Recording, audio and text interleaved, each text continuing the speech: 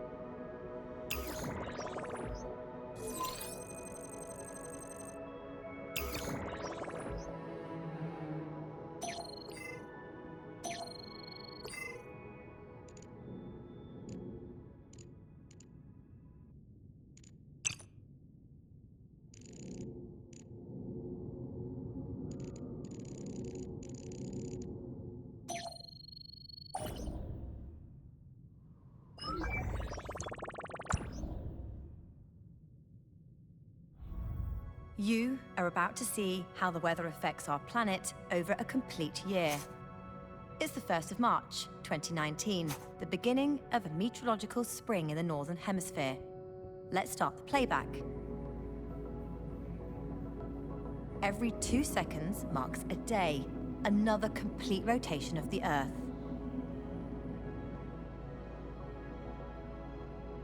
At this time of year, tropical cyclones form in the southwest Indian Ocean.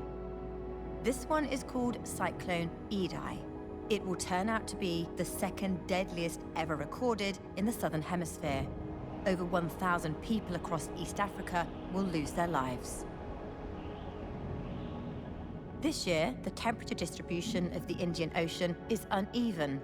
The eastern side is unusually cool, and the western side is unusually warm. This warmer water contributes to Cyclone Idai's record strength, and Africa will have increased rainfall throughout the year. On the other side of the ocean, where the water is cooler than normal, there will be drought. Let's jump to May and look at North America. At this time of year, a flow of warm, humid air heading north clashes with another flow of cool, dry air heading south. Where they meet, supercell storms begin to form. These intense thunderstorms can generate narrow, violently rotating columns of air known as tornadoes, which can achieve the highest measured wind speeds on Earth. Sometimes over 400 kilometers per hour.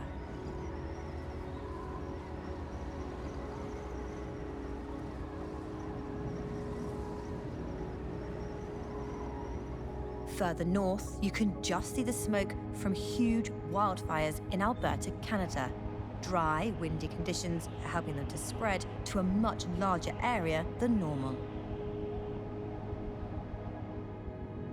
As the year advances, the point where the sun is directly overhead at midday has been shifting northwards due to the tilt of the planet. It has reached its northernmost position at the Tropic of Cancer. On that imaginary line lies India, and the direct sunlight is contributing to an intense heat wave there. But it's not just near the equator that's affected by high temperatures. Near the Arctic, it is much warmer than usual, and in Siberia, an area the size of Belgium is on fire. Europe is now experiencing a heat wave as well, and hundreds of people will succumb to the record high temperatures in the next few days. The European heat wave in 2022 will be the deadliest weather event worldwide that year. Meanwhile, back in India, monsoon rains arrive. They form every year when a difference in heating over land and ocean causes a change in the wind direction. They're later than usual, but the most intense in 25 years, fueled by the same warm water that's linked to the increased rainfall in Africa. Over in South America, fires in the Amazon rainforest, which have been burning for much of the year, now reach their peak. They started intentionally to clear land for agriculture, but high temperatures have dried out the vegetation, allowing the fires to burn more intensely and spread more quickly. They appear in much greater numbers this year than normal. As summer progresses in the northern hemisphere, the Atlantic Ocean has been warming up. Conditions are now perfect for the formation of tropical cyclones, such as this one, Hurricane Dorian. It's just made landfall in the Bahamas and is about to become the region's worst natural disaster on record. The damage is catastrophic. At least 70,000 people are left homeless, 84 people lose their lives, and over 200 are missing.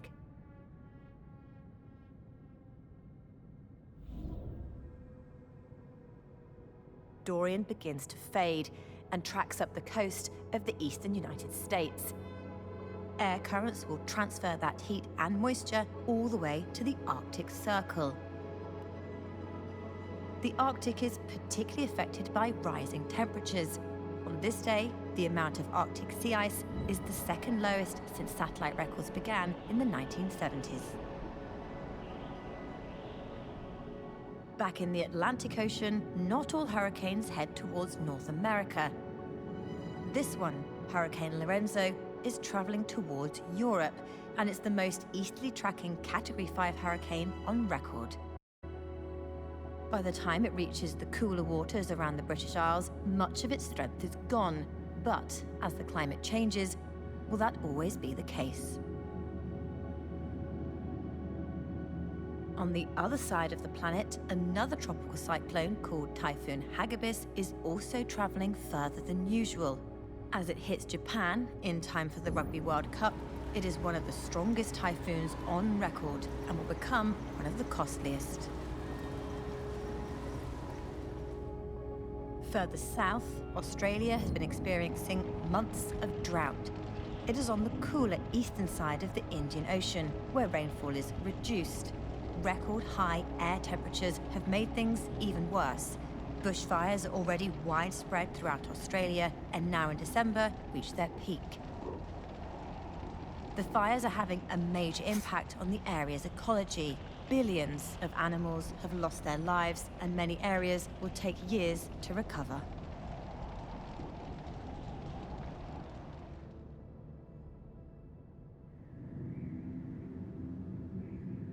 Today, on the other side of the world, a Boeing 747 makes a record-breaking transatlantic flight, New York to London, in just 4 hours, 56 minutes. This incredible feat has been helped by a strong jet stream, acting as a powerful tailwind. This high-level current of air is far stronger than usual and is also sending a conveyor belt of storms towards Europe. They hit, one after the other, making it the wettest February on record in the British Isles.